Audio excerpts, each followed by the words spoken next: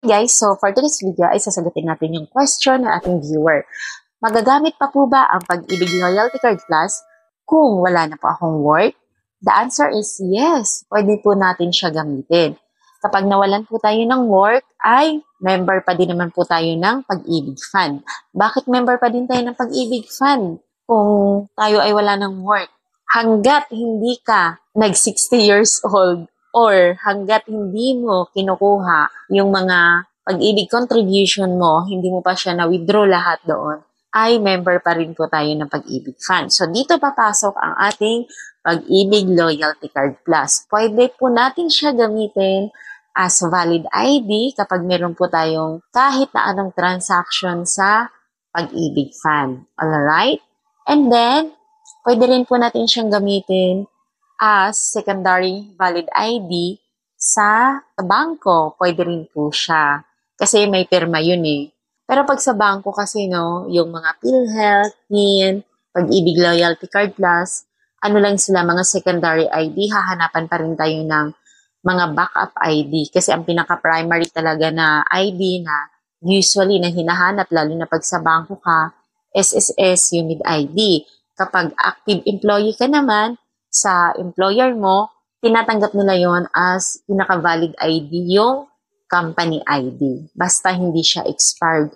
So, pwedeng-pwede pa natin gamitin ang ating mga Pag-ibig Loyalty Card Plus. At saka isa pa, good news, yung Pag-ibig Loyalty Card Plus natin, kahit wala ka ng work, pwede mo siya gamitin sa mga establishment, like sa mga pharmacy na partner ang Pag-ibig Loyalty Card Plus na kung saan kapag bumili ka ng gamot doon, ay meron ka pong discount. Sa McDo, pwede mo siyang gamitin, meron kang 5% discount. Sa Enchanted Kingdom, pwede mo rin siya gamitin. Marami kasing mga establishment na partner ang Pag-ibig Fund na kung saan pwede mong magamit as discounted card yung Pag-ibig Loyalty Card Plus mo. So, magagamit at magagamit mo siya. So, hindi po siya sayang. Di ba? Kumuha tayo ng Pag-ibig Loyalty Card Plus, binayaran natin to for only 125 pesos eh. So, maliit na halaga lang yun. And then, magagamit mo siya. Marami siyang purpose. Ganon. And then, sa mga mahilig magpadala dyan, katulad sa akin, mahilig magpadala sa probinsya, ay sa JNT ako nagpapadala, no?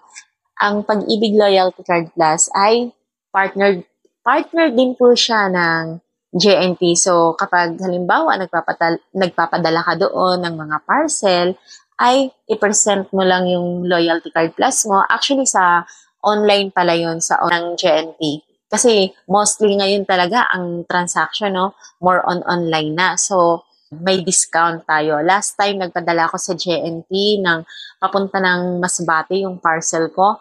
Ano siya, nakapag-discount ako ng 9 pesos or 9.5. 9 pesos and 50 cents. More or less ganon. So, malaking bagay na din yun, di ba? So, nakakatuwa lang kasi pwede natin gamitin ang ating Pag-ibig Loyalty Card Plus. So, sa lahat ng mga wala ng trabaho dyan at wala ng balak pa magtrabaho, yung mga Pag-ibig Loyalty Card Plus nyo, huwag nyo po siyang itatapon. Okay? Kasi sa Pag-ibig Fund, lifetime na ID na po natin yan. Kaya kapag may transaction tayo doon, yan lang ang ipipresent mo, all goods ka na. Okay? So, for now, yan lang muna ang ating ngayon, ang ating chika. Huwag niyo pong kalimutan ang mag-subscribe dito sa ating channel at i-like ang ating video. Thank you everyone. Bye and God bless. Bye-bye.